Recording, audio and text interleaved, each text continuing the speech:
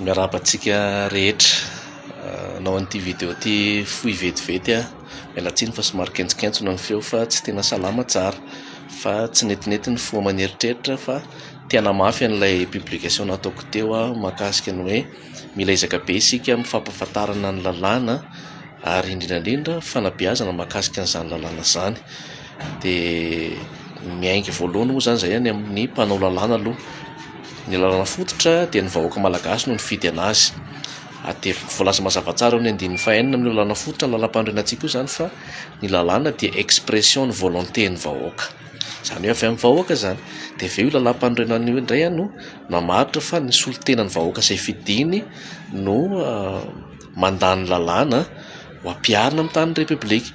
De rehefa voaka ny didim-pitsarana zao amin'izay manandrefy an'izany any anatin'ireny fitsarana ireny dia amin'ny anaran'ny vahoaka malagasy. Noho izany ny vahoaka malagasy rehetra mihitsy mila mahay ny lalàna satria rehefa miteny lalàna antsika dia miresaka zo zany, miresaka andraikitra zany, adidy ao anatin'ny lalàna zany. Fa ny lalàna ihany koa ny tena natiorany lalàna dia mampianatra ny lalàna dia miaro ny lalàna. Zay ny tena zava-dehibe aloha mampianatra ny lalàna dia miaro ny lalàna.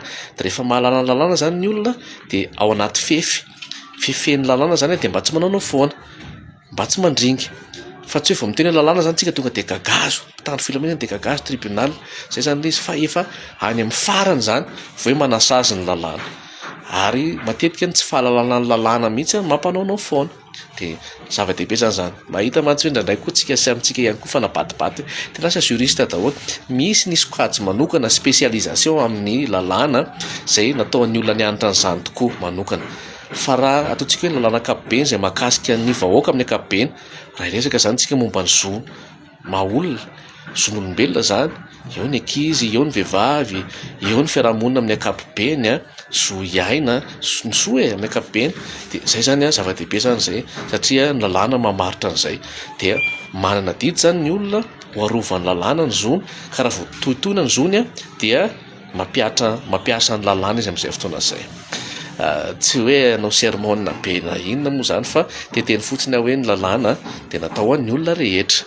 Ary izay mahatonga hoe tsy misy olona natao afaka manohitra ny lalàna, tsy misy olona natao ambony lalàna fa ambany lalàna. Zay zany dia zava-misy ka afaka miady hevitra tsara ary amin'izao fotoana izao ny zavatra namboarin'ny olombelona rehefa lasa manana intelligence hoe intelligence artificielle.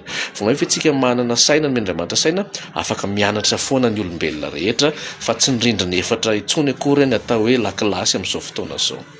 Tsy inona fa tia andray kely an'le ka nitranga tao Antananarivo zay mahita hoe mitentsika tsy rariny sinsisa.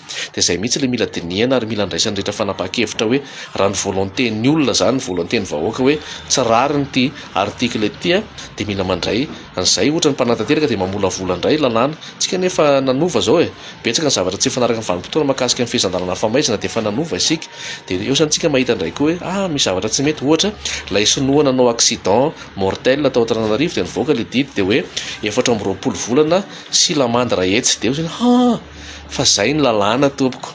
Efa ny maximum amin'ny fepitoana anasaziana azy, amonjana azy zany iny 420 volana iny satria 3 volana hatramin'ny 420 volana no voalaza ao amin'ny lalàna.